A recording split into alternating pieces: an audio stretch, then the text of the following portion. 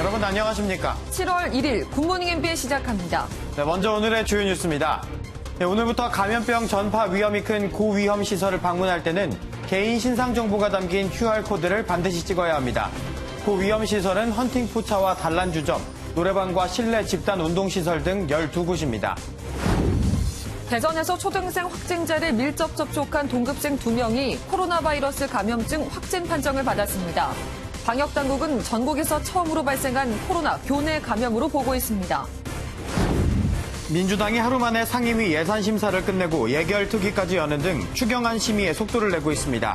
통합당은 11일까지 시한을 준다면 추경 논의에 참여하겠다고 했지만 민주당은 추경심사 의지가 있다면 당장 참여하라고 밝혔습니다. 검언유착 의혹 사건을 수사하는 서울중앙지검이 대검의 전문수사자문단 소집 중단과 독립성 보장을 공개적으로 요구했습니다. 대검은 즉각 수사팀이 기본마저 저버렸다며 거부했습니다. 중국 전국인민대표대회에서 만장일치로 통과된 홍콩 보안법이 시행에 들어갔습니다. 반중 인사를 최고 무기징역형으로 처벌할 수 있는 홍콩 보안법이 시행되자 미 백악관 국가안보회의는 강력한 대응 조치를 예고했습니다.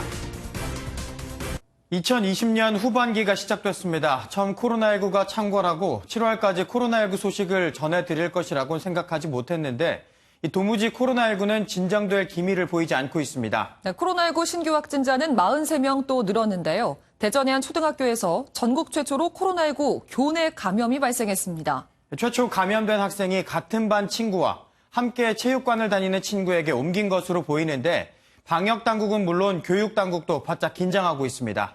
첫 소식 전민석 기자입니다. 최초로 교내 감염이 발생한 곳은 대전 천동초등학교입니다.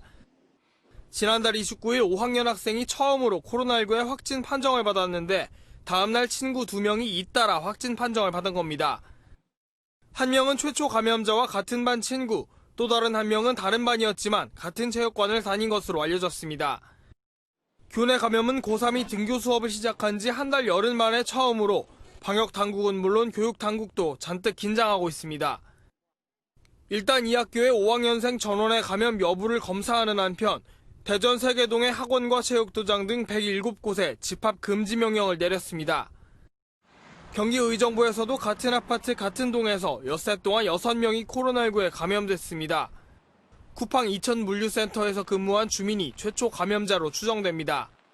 거기에서는 그분이 제일 먼저 확진됐습니다. 예. 이제 경기도 역학수사관들이 나와서 조사는 계속 하고 있어요. 의정부 확진자 가운데 한 명이 근무하는 병원은 방역 조치에 들어갔습니다. MBN 뉴스 전민석입니다.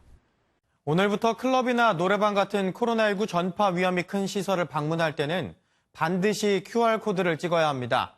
이를 거부한 이용객은 출입을 제지당하고 위반한 사업장은 벌금형 등 처벌을 받습니다. 이기종 기자입니다. 고위험 시설에 들어가기 전 개인 신상 정보가 담긴 QR코드를 찍는 전자 출입명부 제도. 휴대전화로 일회용 QR코드를 받아 시설 관리자에게 제시하면 됩니다. 허위로 명부를 작성하는 걸 차단해 혹시 모를 코로나19 감염원에 대한 신속한 추적이 가능합니다. 지난달 10일부터 시행된 전자 출입명부 제도의 계도 기간이 끝나고 오늘부터 의무 적용됩니다. 대상은 헌팅포차와 유흥주점, 노래 연습장, 실내 집단 운동시설 등 8곳입니다. 고위험 시설에 추가 지정된 방문 판매업체와 물류센터, 대형 학원 등 4곳은 계도 기간을 거쳐 15일부터 의무화됩니다.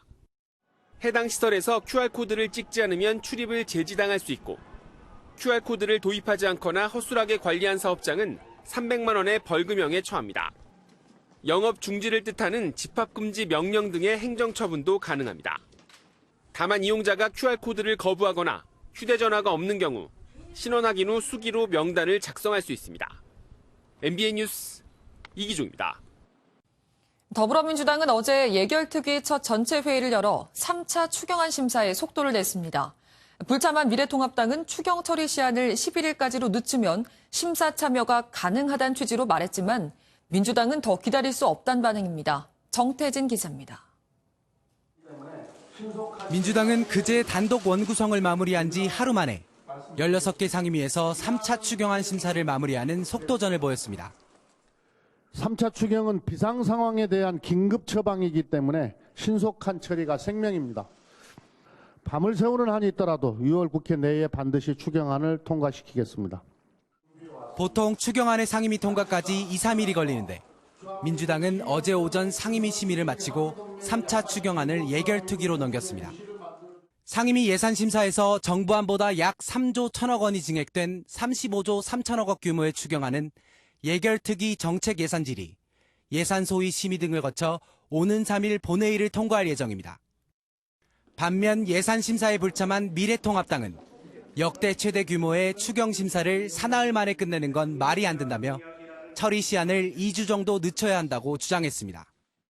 좀 충분한 심사가 이루어질 수 있는 의사 일정을 저희들하고 같이 다시 협의를 한다면 적극적으로 참여해서 이번 추경을 그런 편성할 의사가 있다는 그런. 하지만 민주당은 6월 임시국회 마지막 날인 오는 3일까지 3차 추경안을 처리한다는 계획이라 심사 기간 연장 가능성은 낮아 보입니다. MBN 뉴스 정태진입니다.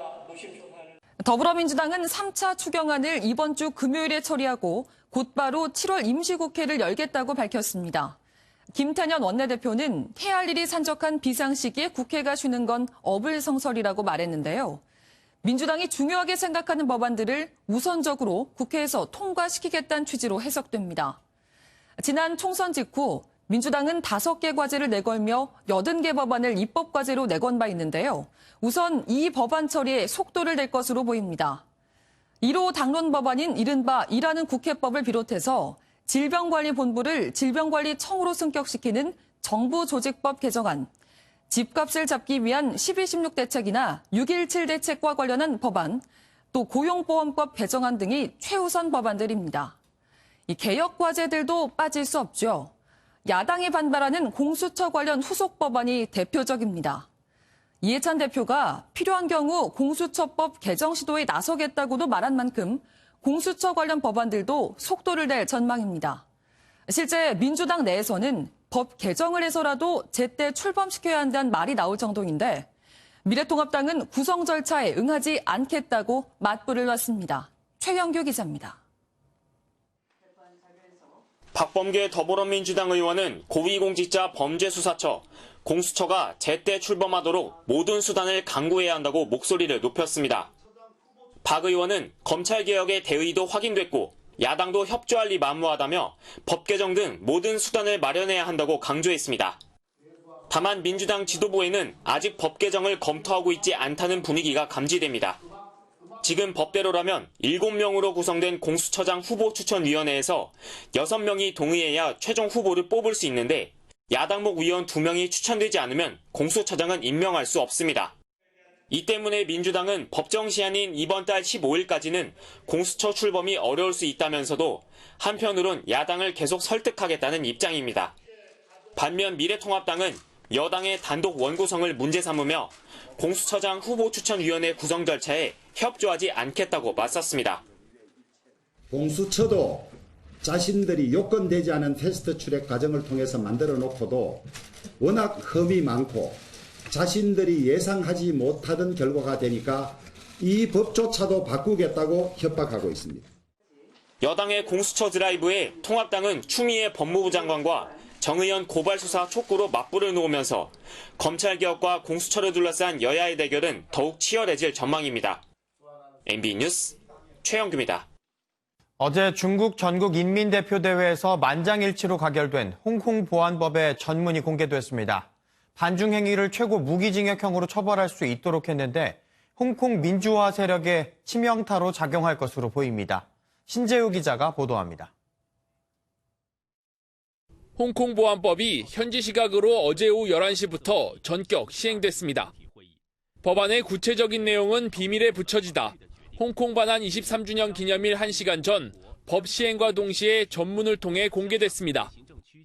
국가 분열, 국가 정권 전복, 테러 활동, 외국 세력과의 결탁 등 4가지 범죄를 저지를 경우 최고 무기징역형을 받게 됩니다. 지난 2009년 시행된 마카오 국가보안법이 최고 형량을 30년으로 규정한 것과 비교하면 더욱 무거운 처벌입니다. 홍콩 보안법이 결국 발효되면서 홍콩 민주화 세력의 타격은 불가피할 전망입니다. 홍콩 민주화 운동의 상징인 조슈아 웡은 어제 오전 민주진영은 이제 생명의 위협을 느끼는 상황에 이르렀다며 자신이 비서장으로 있는 데모시스토당에서 탈퇴하겠다는 뜻을 밝혔습니다. 지난해 대규모 반중 시위를 이끌었던 데모시스토당도 조슈아 웡이 탈퇴한 지 몇 시간 만에 결국 해체를 선언했습니다. 홍콩 독립을 주장해온 단체인 홍콩 민족전선과 학생들의 송환법 반대 시위를 주도한 학생동원도 홍콩 본부 해체를 선언하는 등 민주화 세력의 이탈이 가속화되고 있습니다. MBN 뉴스 신재우입니다. 미국 백악관 국가안보회의는 중국이 홍콩 국가보안법 시행을 강행한 것과 관련해 미국은 홍콩이 누려온 특혜 일부를 제거하는 한편 계속 강력한 대응 조치를 하겠다고 경고했습니다. 국제사회도 한 목소리로 우려를 나타냈습니다. 박통일 기자입니다. 캐리람 홍콩 행정장관은 44차 유엔 인권이사회 화상연설에서 홍콩 보안법의 당위성을 설명했습니다.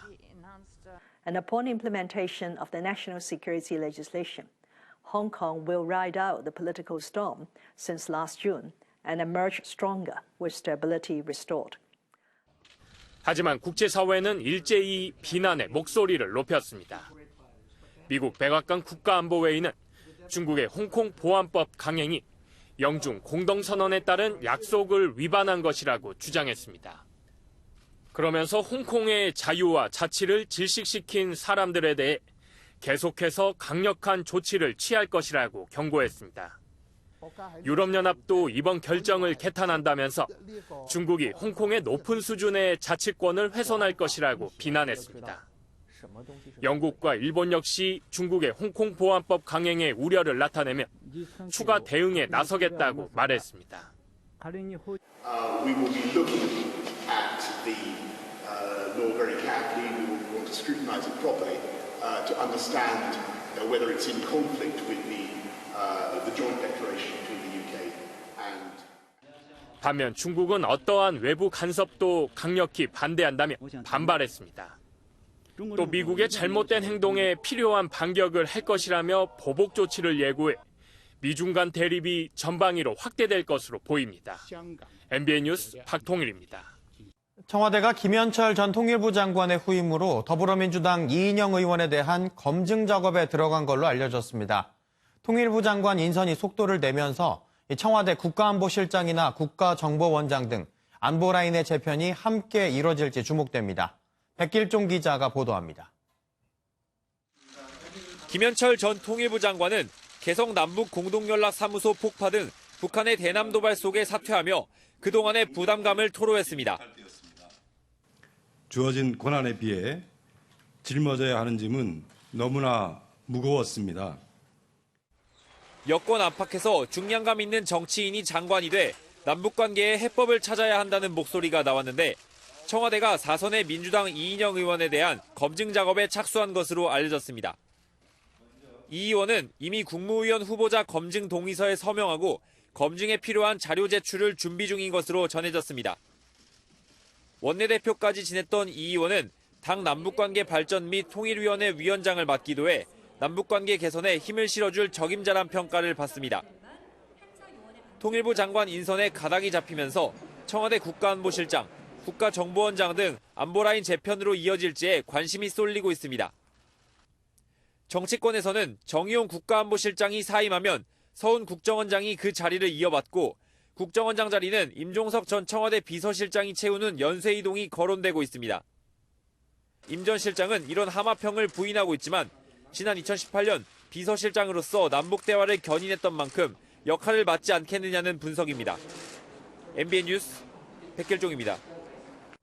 로버트 오브라이언 미국 백악관 국가안보 보좌관이 북미 비핵화 협상의 문이 열려 있다며 북한이 도발을 피하고 협상에 복귀할 것을 촉구했습니다.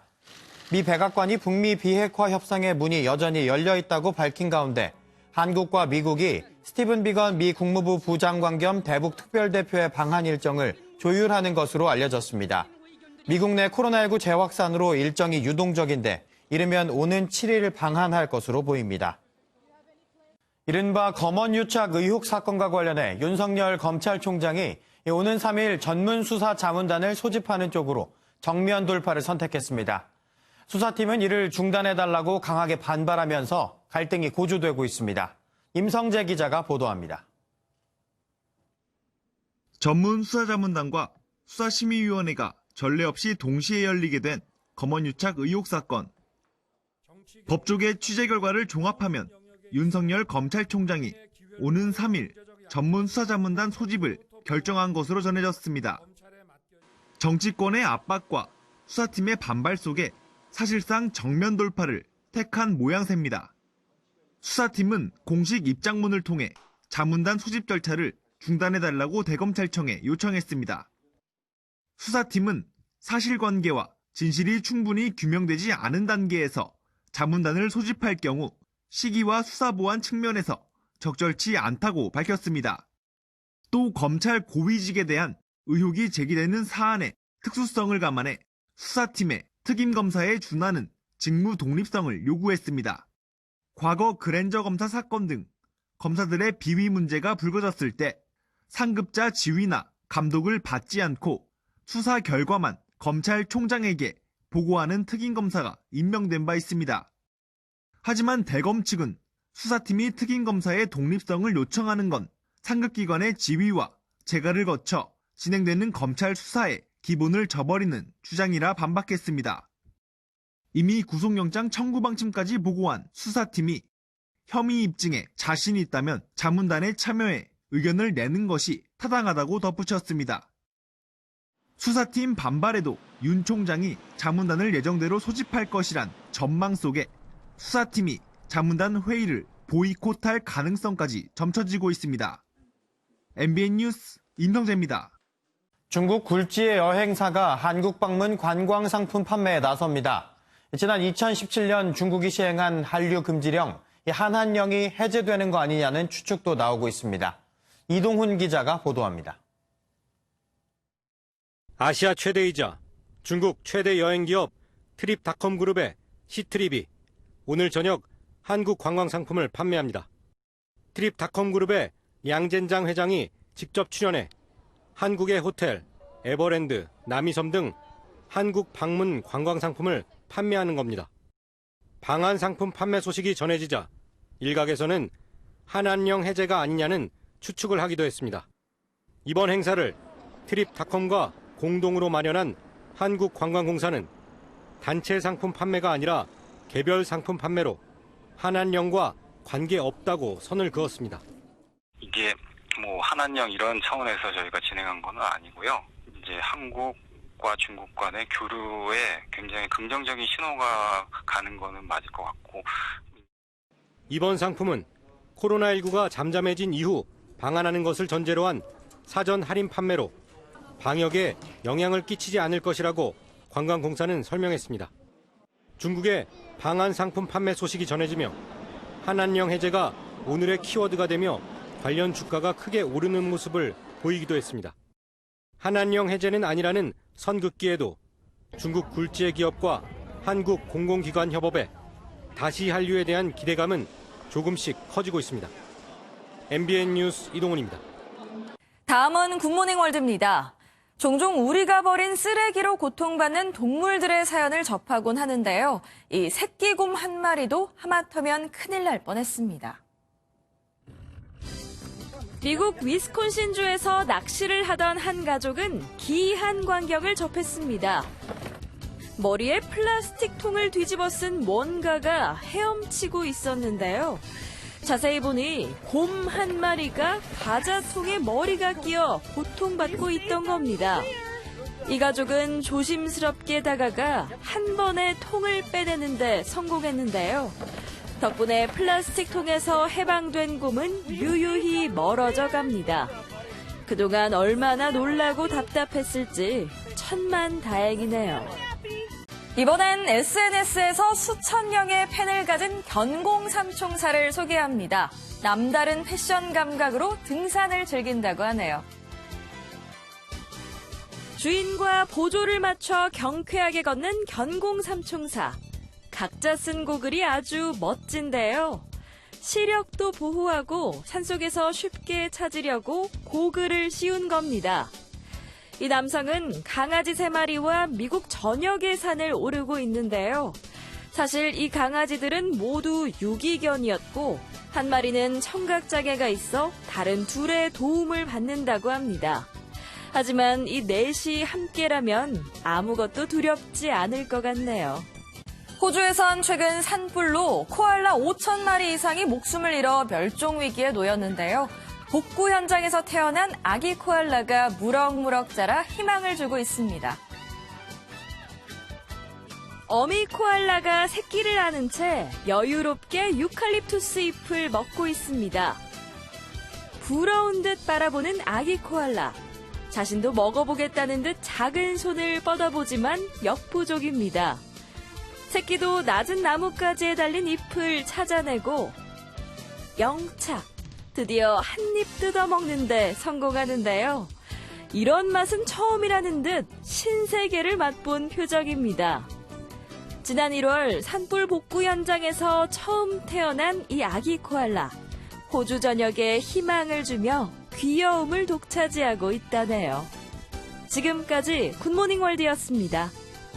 하반기 시작 7월의 첫날입니다. 어제는 정체전선의 저기압, 지형적인 효과까지 더해지면서 태풍에 맞먹는 비가 쏟아졌는데요. 지금 저기압은 동쪽 먼바다로 물러났지만 아직 남아있는 비구름이 곳곳에 영향을 주고 있습니다. 수도권과 영서, 충청은 5mm 안팎, 영동과 영남, 전북은 5에서 20mm가량의 비가 더 오겠습니다. 낮 기온도 다시 오르기 시작합니다. 서울과 서산은 26도, 합천은 29도까지 오르면서 어제보다 많게는 6도가량 높겠습니다. 지금 남아있는 비구름이 영동과 내륙 곳곳에 영향을 주고 있습니다. 수도권과 영서에서는 아침까지, 충청과 영동, 영남, 전북은 오후까지 비가 오는 곳이 있겠습니다. 남부지방의 비는 낮 동안 소강 상태를 보이겠습니다. 아침 기온은 어제보다 조금 낮게 시작합니다. 서울 18.5도, 안동은 17.3도로 시작합니다. 낮 기온은 전반적으로 오를 텐데요. 비가 오락가락 내리는 영남 지역만 살짝 낮겠습니다. 서울 26도, 춘천 27도, 대전 26도, 대구는 27도가 되겠습니다. 현재 동해 전해상에서는 풍랑특보가 발효 중입니다. 오늘 밤까지 바람이 강하게 불고 물결도 최고 6m까지 매우 거세게 일겠습니다. 항해나 조업하는 선박은 주의가 필요하겠습니다. 내일은 30도 안팎의 더위가 찾아오겠고요. 오후엔 소나기가 지나겠습니다. 장마전선은 일요일 남부지방에 다시 영향을 주겠습니다. 날씨였습니다.